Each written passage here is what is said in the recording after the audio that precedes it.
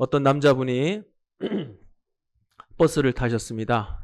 버스를 딱 탔는데 버스를 타면 버스가 출발해야 되잖아요. 그죠? 근데 버스가 가만히 있는 겁니다. 그래서 이상하다. 지금 출발할 때가 됐는데 왜 버스가 계속 가만히 있나? 계속 기다리다 보니까 점점 이 남자분이 화가 나는 거예요. 화가 나가지고 버스 기사님에게 이렇게 말했습니다. 어이! 지금 이 똥차는 언제 가나? 그러니까 기사님이 이렇게 대답합니다. 똥이 차야 가지요. 남자분이 지금 어떻게 됐습니까? 예? 예. 똥이 됐죠, 똥이. 참, 우리가 말할 때도 굉장히 참 지혜롭게 됩니다. 이 말은 히브리어로 다바르입니다. 다바르. 다바르인데 두 가지 의미가 있죠. 두 가지 의미인데 첫째는 말입니다. 말. 그리고 두 번째는 사건. 그러니까 우리가 이게 말하는 것은 사건을 만들어내는 거죠. 입에서 나오는 모든 말은 좋은 사건이든 나쁜 사건이든 좋은 영향력이든 좋지 못한 영향이든 사건을 만들어낸다는 것입니다. 우리의 말 한마디가 상대의 가슴에 찌르는 그 비수가 될 수 있고 또 치료하는 약이 될 수 있죠. 그래서 진정한 신앙 공동체를 우리가 이루기 위해서는 해야 할 말 또 하지 말아야 할 말 잘 가려서 할 수 있는 이 지혜가 필요하다는 것입니다. 오늘 본문을 근거로 해서 우리가 할 말 그리고 하지 말아야 할 말 지혜 있는 말을 통해 가정과 직장과 또 사업터에서 교회에서 아름다운 관계를 세워갈 수 있길 간절히 축복합니다. 첫째로는 우리 그리스도인으로서 해서는 안 되는 말입니다. 4장 29절 앞부분에 보니까 더러운 말은 너희 입 밖에도 내지 말고 더러운 말은 입 밖에도 내지 말고 명령하고 있습니다. 우리가 해서는 안 되는 말이죠. 이 말은 나쁜 말로 말을 하고 있습니다. 병든 말. 헬라어 단어에는 썩은, 상한이라고 번역을 하고 있습니다. 여러분 집에 양파 그리고 마늘 가만 두면 어떻게 되겠습니까? 썩어서 고약한 냄새가 납니다. 생선 썩으면 어떻게 되죠? 그 참 맡기가 너무너무 힘들죠. 진물이 흐르는 그 상태 이것이 바로 썩은 말들이다 말하고 있습니다. 더 나쁜 사실은 그저 쓸모없는 상태를 넘어서서 다른 사람에게 악 영향을 미친다는 거죠. 여러분 귤 우리가 사게 되면 항상 그 상점 주인이 어떻게 합니까? 귤을 이렇게 상자를 막 뒤집어 가지고 그 안에 상에 있는 귤을 딱 빼고 그죠? 새 귤을 다시 집어넣습니다. 이 귤 안에 상한 귤 하나만 있으면 순식간에 번져버려요. 번져버립니다. 하루 지나면 막 서너 개가 확 썩어버려요. 한 2, 3일 정도 지나버리면 이 귤이 다 상해버리죠. 이 귤을 딸 때에 2단계로 딴다 그래요. 딱 가지가 있으면 중간에 한번 끊고 그 다음에 꼭지 바짝 붙여서 딱 끊습니다. 전문가들은 따자마자 바로 이렇게 꼭지 끝을 딱 따는데 경험이 없는 사람들은 중간에 딱 자르니까 어떻게 되겠어요? 이 가지가 남아있으니까 다른 귤들을 찌르는 겁니다. 어쨌든 귤 상자 안에 이렇게 다른 상한 귤 하나만 있으면 다 썩어지게 되는 거죠.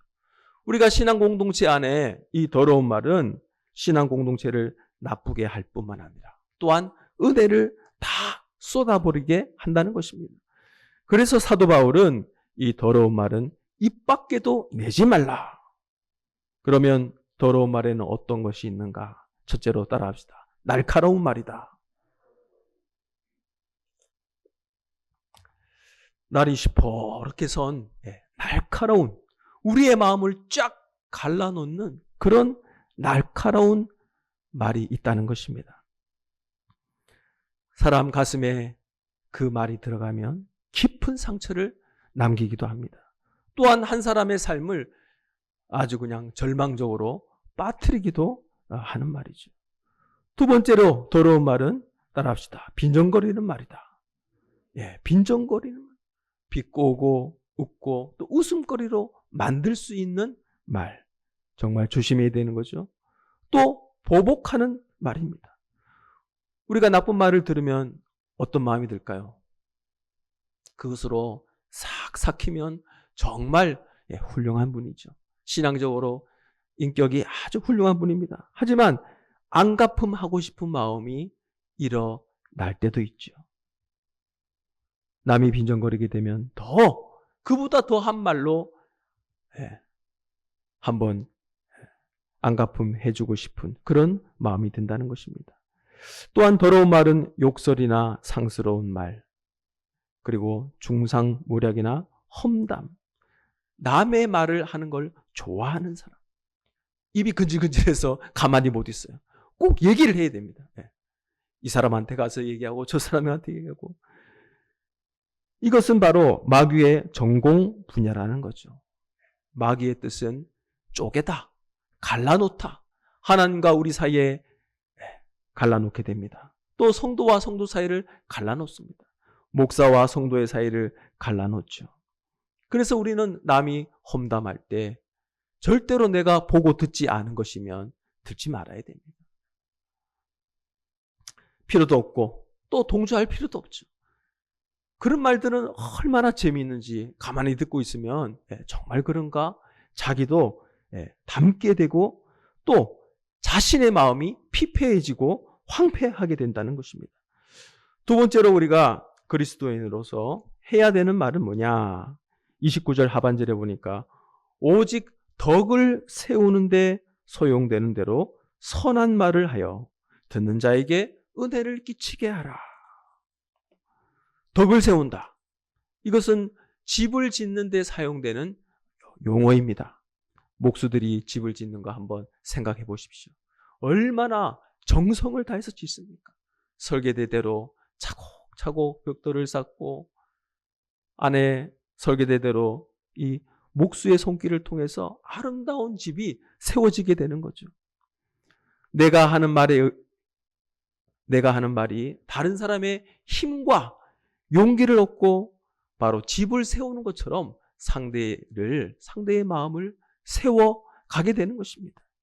내가 말할 때 가정이 세워지고 내가 말할 때 집이 세워지는 것처럼 공동체가 세워진다라는 거죠. 그래서 우리 그리스도인들이 해야 할 말은 무너뜨리고 허물어뜨리고 쪼개고 이런 말이 아니라 서로를 세워주고 서로를 격려하며 아름다운 집을 세워가듯 서로의 마음을 세워가는 그러한 말이 되어야 된다. 그러면서 바울은 이런 말을 할 때 필요에 따라 상황에 따라 말을 지혜롭게 잘 하라 말을 하고 있습니다. 제가 만약에 신방을 갔어요. 몹시 많이 아픈 분입니다. 자, 그러면 어떤 말씀을 해야 이분에게 위로가 될까요? 제가 만약에 한 번 죽는 것은 사람에게 정한 것이요. 그러면 어떻게 되겠습니까? 위로가 안 되겠죠. 아마 위로를 한다고 제가 그 말씀을 했는데 아마 환자분은 더 화가 나게 됩니다. 적절한 말, 그 사람에게 꼭 필요한 말, 은혜를 끼치게 하라 말씀하고 있습니다. 이 은혜를 끼치는 말을 통해 축복의 통로로 살아라 말씀하고 있습니다. 입에서 나오는 우리의 모든 말이 하나님의 은혜를 나눌 수 있길 간절히 축복합니다. 자, 이렇게 덕을 세우는 말에는 어떤 것이 있는가? 첫째로 따라합시다. 부드러운 말이다. 잠언 15장 1절에 보니까 유순한 대답은 분노를 쉬게 하여도 과격한 말은 노를 격동하느니라. 부드러운 말. 부드러운 말. 화가 나서 막 얘기를 합니다. 그때 그 화를 가라앉힐 수 있는 것, 분위기를 좋게 할 수 있는 것은 부드러운 말이라는 거죠. 불같이 말을 막 할 때 우리는 어떻게 되겠습니까?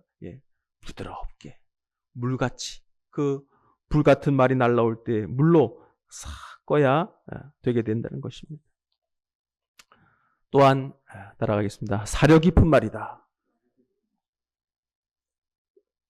잠언 15장 28절에 보니까 의인의 마음은 대답할 말을 깊이 생각하여도 악인의 입은 악을 쏟느니라. 의인은 사려 깊은 말을 한다는 거죠. 그냥 내 마음에서 내 감정대로 들끓는 대로 그냥 쏟아내는 게 아닙니다. 내가 이 말을 할 때 상대가 마음이 어떨까? 깊이 생각하고 말을 해야 된다는 거죠. 그래서 우리의 말은 초고입니다. 수정할 것이 많은 초고죠. 우리가 논문이나 또 책을 출판할 때 초고 그대로 내놓는 사람은 없죠. 한 번 읽고 두 번 읽고 또 여러 번 읽으면서 말이 맞는지, 문장에 맞는지, 문법에 맞는지 잘 생각합니다. 우리의 말이 이렇게 사려 깊은 말이 되기 위해서는 깊은 생각을 해야 된다는 것입니다. 마지막으로 인정하고 칭찬하는 말입니다. 이보다 더 덕을 세울 수 있는 말은 없죠. 사도 바울도 예수님도 인정과 칭찬을 통해 덕을 세웠던 것입니다. 어떤 사람들은 목사님 칭찬 많이 하면 교만해집니다. 교만해져도 괜찮습니다. 많이 칭찬해 주십시오.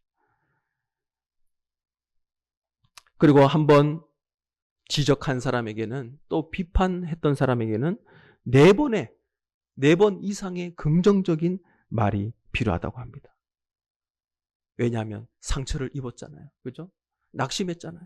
그러니까 4번 이상의 긍정적인 말로 그 사람을 인정하고 격려하고 좋은 점을 찾아서 칭찬해야 된다는 것입니다. 마지막으로 우리가 꼭 해야 할 말 25절에 보니까 그런즉 거짓을 버리고 각각 그 이웃과 더불어 참된 것을 말하라. 우리가 서로 지체가 됨이라. 우리가 서로 지체입니다. 우리가 한 몸이기 때문에 거짓을 중단해야 된다. 그런즉 거짓을 버리고 말하고 있는 거죠. 우리 몸의 지체들이 진실을 말해야 되는 거죠.